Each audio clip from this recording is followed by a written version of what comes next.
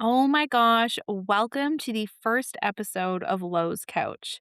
I am so glad you're here. Please come and sit. I am Lo, and this is the space where we say the things we're actually thinking, the messy, honest, sometimes uncomfortable stuff, so you can start hearing yourself a little more clearly. No filters, no fixing, no pretending we have it all together. Just real conversations while we figure it out. This is the space where we talk about motherhood, mental health, identity, overthinking, intuition, healing, and all the things women carry that don't always get said out loud. And if you've ever felt disconnected from yourself or overwhelmed in your own mind, like you've been silently carrying way too much for way too long, you are in the right place. So come sit. Okay, real talk. I wasn't actually planning to start a podcast today or this year. I've been going back and forth on this for a long time now, but back and forth silently in my own mind. Should I do it? Should I not do it? Who am I to even do this? I had major imposter syndrome happening over here. And honestly, I was overthinking myself into staying quiet, which is kind of the whole reason this podcast exists. Because I have realized something lately. I don't think most of us are actually confused. I think we know. We just don't say it out loud. And the longer we don't say it, the easier it is to become stuck in the same patterns, the same conversations, the same version of ourselves. And the moment this really clicked for me, it was actually kind of random. I had just messaged my business coach about potentially starting this podcast. I was making dinner for my kids and I was listening to Casey Musgraves, and the song Cardinal was on, which, yes, you're going to hear me sing on the very first episode. She's like, Cardinal, leave me a message on the other side. And I just freaking love this song. So I'm humming along and I'm messaging my business coach, Elizabeth, which shout out to her. She's fantastic. And I was like, I really want to start a podcast. It's been on my mind. I'm not sure if this is my ADD. Like, should I do it? And she responds, pay attention to the whispers. And I'm like, okay. I put my phone away. I keep making dinner for my kids. And my son comes up the stairs from the basement. He was crying. He had hurt himself. And so I pick him up and I'm trying to console him. And we're looking out the window. And what do I see? But a bright red cardinal in my backyard. I am in the city of Toronto. There are no cardinals to be seen. And there he is just sitting beautifully in a tree. And I'm saying to my son, like, oh my gosh, look, it's a cardinal. It's a cardinal. And it was one of those moments where everything just slowed down and I stopped and I thought, okay, I hear it. I see it. Let's freaking go. And honestly, it wasn't even about the bird. It was about the timing and that feeling of I shouldn't need another sign. I need to trust what I already feel. And honestly, a huge part of why this podcast exists comes back to motherhood and mental health. There was a season of my life where I felt completely disconnected from myself. After I had my first son, I struggled deeply with postpartum depression, anxiety, and rage. And when I say struggled, I mean I really struggled. I isolated myself completely. I had panic attacks at even the thought of leaving my house. I dealt with spinning sensations, dizziness, intrusive thoughts. I stopped driving for almost 6 months because I was terrified I would just randomly crash the car. I was not functioning normally, and I definitely was not, quote unquote, fine. It was bad, really bad. And I think that's important to say out loud because sometimes these conversations get watered down into feeling emotional or having baby blues. But for so many women, it goes so much deeper than that. It can completely disconnect you from yourself. And honestly, I carried so much shame around it because I kept thinking, what kind of mom feels this way? Like, you need to know I was the super aunt to my sister's kids. I have always been babysitting. And I was like, who am I to be so overwhelmed by this one baby that I have wanted for so long? And what's wild is I later learned how unbelievably common this actually is. about 1 in 5 mothers experience postpartum depression or anxiety. And those are only the ones that are documented. Nearly half of women report emotional or mental health struggles after having children.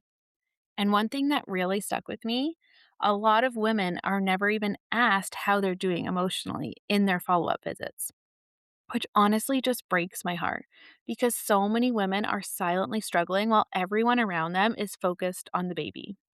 Meanwhile, they're sitting there wondering why they don't feel like themselves anymore. And I also really want to say this. Maternal mental health is not just about new moms. I'm now the mom of a 6-year-old and a 3.5-year-old, and motherhood can still feel mentally and emotionally heavy. You can be the mother of a newborn, a toddler, a teenager, a grown adult child, and still struggle because motherhood carries an invisible emotional load that it never fully shuts off.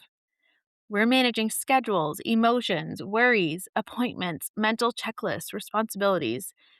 And in a lot of households, moms are carrying a huge amount of that weight every single day. And somewhere along the way, so many women stop checking in with themselves because they're just so busy taking care of everyone else. And I remember getting to a point where I realized I couldn't keep living inside fear like that anymore.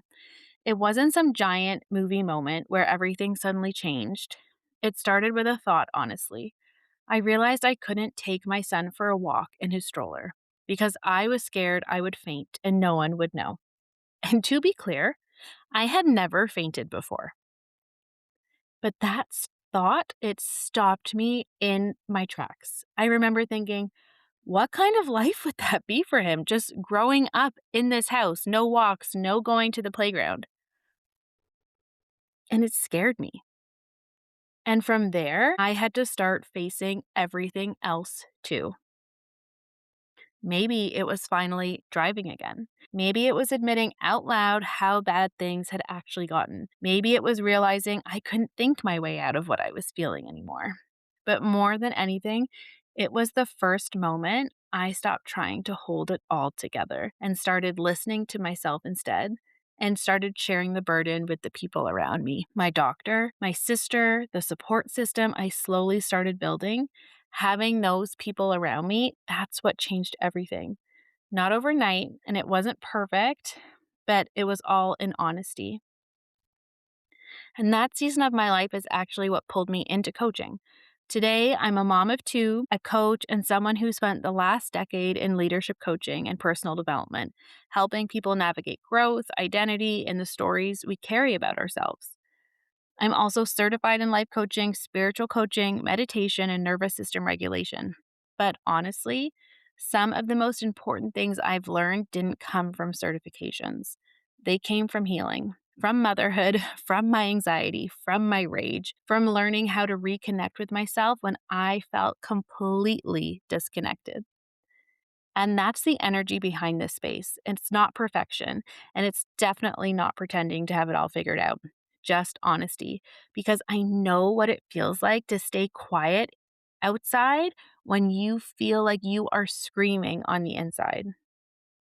And I also know what it feels like to slowly find your voice again and be unsure of that voice. That's what Lowe's Couch is really about.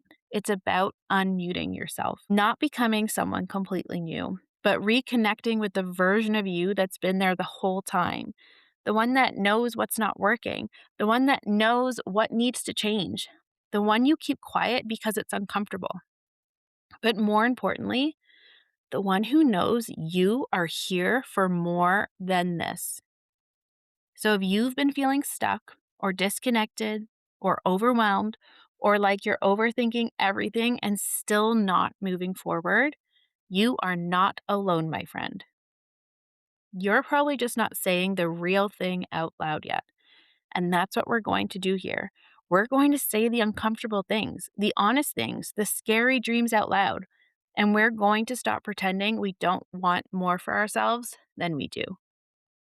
Even when it's uncomfortable, even when it's messy, even if it's going to change things. And honestly, if someone had told me a few years ago that I'd be sitting here publicly recording a podcast about all of this, I probably would have been like, respectfully, absolutely not. But here we are, and I'm really glad you're here too. So before we go, I do want to say one more thing. If you're listening to this and struggling, whether you're postpartum or parenting teenagers or somewhere in between, please know there's absolutely no shame in asking for help. You deserve support too. In Canada, there are incredible resources available. There's 211 Ontario, Best Start, maternal mental health support groups, therapy, peer support, and community organizations that exist specifically to help mothers feel less alone. And I will make sure that they are all linked down below in the show notes. And honestly, maybe one of the best things we can do is start talking about this more openly. Because silence is where shame grows, and honesty is where healing starts. I have a feeling there are a lot more women feeling this way than we talk about out loud. So if you've been carrying a lot quietly, this space is for you. And honestly, I hope you know my door is always open to you. If this episode resonated with you, send me a message. I respond to every single one. I love hearing your stories, your experiences, and the things you've been navigating. And if you're looking for deeper support, coaching, or just a space where you can feel a little less alone, I'll make sure everything is linked below. Share this episode with another mom, another woman, another friend who might need this conversation, and I hope you come back next week. Welcome to Lowe's Couch. Thanks for sitting with me.